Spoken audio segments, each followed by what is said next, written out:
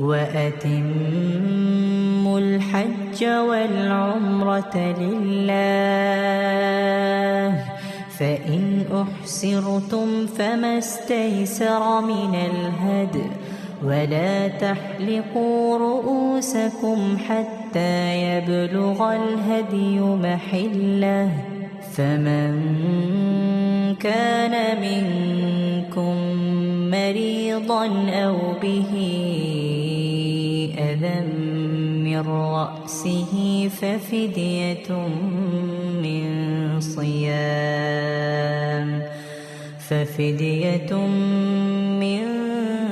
صيام أو صدقة أو نسك فإذا أمنتم فمن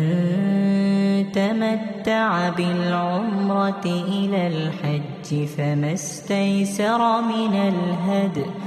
فمن لم يجد فصيام 3 أيام في الحج و7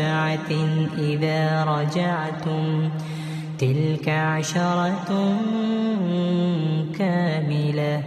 ذلك لمن لم يكن أهله حاضر المسجد الحرام واتقوا الله واعلموا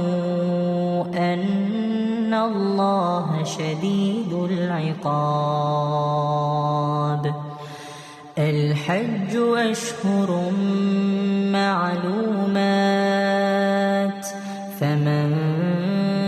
فرض فيهن الحج فلا رفث ولا فسوق ولا جدال في الحج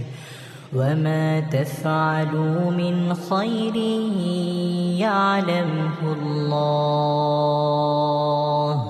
وتزودوا فإن خير الزاد التقوى واتقون يا